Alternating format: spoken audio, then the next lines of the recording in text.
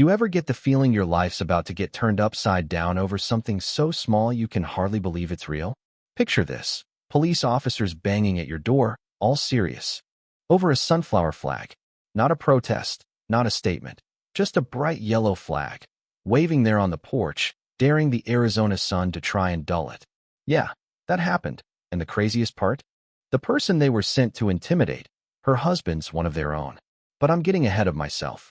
Let me back up a sec, because you gotta feel the ground shake with me, right from the start. So it's a Wednesday, late afternoon, dinner half cooked, and Danielle Morton's minding her own business in her spotless kitchen. You know that sudden, heavy knock that tells you this is no neighbor. With a cup of sugar? That's what came, 3 deliberate thuds, rattling the whole frame. Danielle wipes her hands, peeks through the side glass, and boom, 2 cops, uniforms crisp, one already. Fingering his belt, the other looking a little green behind the ears. For a split second, she thinks it's a mistake, maybe they're lost. But no, she opens the door, careful but calm, and says, "Afternoon, officers. Can I help you?" The taller one, Officer Grant, clears his throat. "We got a call from your homeowners association. Reported a violation and possible confrontation. Just need to ask a few questions." Danielle's eyebrows shoot up. Confrontation? I've been home all day. Only thing I'm fighting is this chicken casserole. The younger cop glances down at his notepad, fidgeting. "They said you refused to comply with HOA rules about, decorations." Danielle can't help but laugh. A sharp, breathless sound that comes out when reality gets too weird. She steps aside, points at the porch.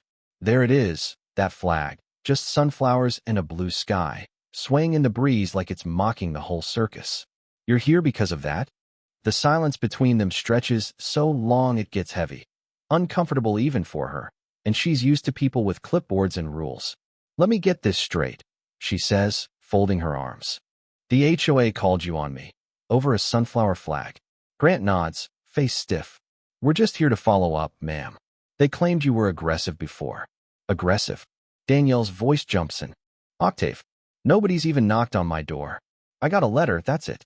Haven't seen a single HOA face since last year's bake sale." The younger officer's ears turn red. For a moment, Danielle almost feels bad for him. Almost. Right then, footsteps thunder behind her. Her husband Anthony, still in his dark blue police uniform, badge shining, radio clipped at the side. Not even out of his shift yet. He sizes up the scene in a heartbeat, instantly recognizing the mood. "What's going on?" His voice has that no-nonsense authority only years on the force can teach. The officers stiffen, shoulders back, and the temperature in the room shifts. "Lieutenant Morton?" Grant says, suddenly all careful. "Sir, we got a call. HOA said there was a—" Anthony cuts him off. With just a look. "About a spring flag?" The officer stammers. "Yes, sir. That's what we were told."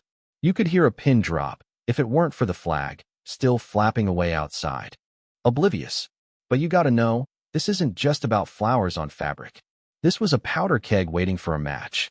3 days earlier, Danielle had come home from work, tired, balancing groceries, only to find that dreaded white HOA envelope jammed in her mailbox. The kind that makes you sigh before you even open it, because it's never about something good. She reads the letter. Official. Warning, unauthorized modifications. Further action may be taken. Modifications? She surveys her porch, plants, bench, and that flag. That's it. Nothing more. She checks the handbook. Flags are allowed, unless they're offensive or political. She snorts. "Only if you hate sunshine, I guess." Anthony reads it, shakes his head. "They can't be serious. You check the rules." Danielle nods. "Not a thing about flowers. Only if you hate summer," he jokes, but she can see he's annoyed. Still, the letter's tone bugs her. Cold, like she's some criminal, not a neighbor. That night, she calls her friend Trisha. "Did you get a letter about porch decor?" Trisha laughs. "No. But girl, they're picking people off one by one. Last month they wrote up a family for a welcome mat. Gerald Whitman's on a power trip. Don't let him push you." Danielle hangs up, staring at that flag, thinking about her kids, about the example she wants to set. Don't back down just because someone in a cheap suit says to. Next day, she leaves the flag up. Gerald himself rolls by in his golf cart, staring at her house, like he's mapping a crime scene. She stands on the porch, arms crossed, daring him to say something. He just presses his lips together and rolls on. By afternoon, bam, second letter, this one taped to the door, all final notice and implied threats. Anthony just sighs. We'll cross that bridge if it comes. But it doesn't feel minor to Danielle. It feels like being marked. Like no matter how well you follow the rules, some folks always see you as an outsider. What she doesn't know is, that same night, Gerald and his cronies are plotting at his place. Iced tea sweating on the coffee table, HOA board members muttering about defiance and precedent. Marjorie, the only board member with a working conscience, pipes up. It's a sunflower, Gerald, not a protest banner. But Gerald's determined. We call the police. We say she was hostile. That way, it's about safety, not just a flag. Even his yes-men squirm, but Gerald's got his story straight. Make it look dangerous, make it official, scare her into submission. So the next day, Danielle gets the email, subject line, notice of report to authorities. Her hands start shaking. Hostile? She hasn't even spoken to these people. She thinks about her kids, her husband. What happens if the police believe the lies? Grant and Delgado, the officers, get the dispatch. Possible domestic disturbance, resident refusing to comply. Even they roll their eyes, another HOA. Call, probably a waste of time, but rules are rules. When the cruiser rolls up, neighbors are already watching from behind blinds, waiting for the drama. Danielle steadies herself, towel in hand, and opens the door. You know how sometimes you just know you have to hold your ground? That's the moment. She doesn't raise her voice, doesn't plead, just lays it out. You're here because of a sunflower flag. This is harassment. Before they can argue, Anthony steps in, full uniform, full authority. Suddenly the narrative changes, fast. Grant clears his throat, all flustered now. We had to respond to the report, sir. Anthony narrows his eyes. What was the report exactly? Danielle jumps in. They lied. I haven't even seen them. If that's hostility, then I guess I'm guilty of watering my plants. The officers see what's happening. Good old-fashioned HOA intimidation, dressed up as public safety. Even the young cop mumbles. It doesn't look like there's a problem here.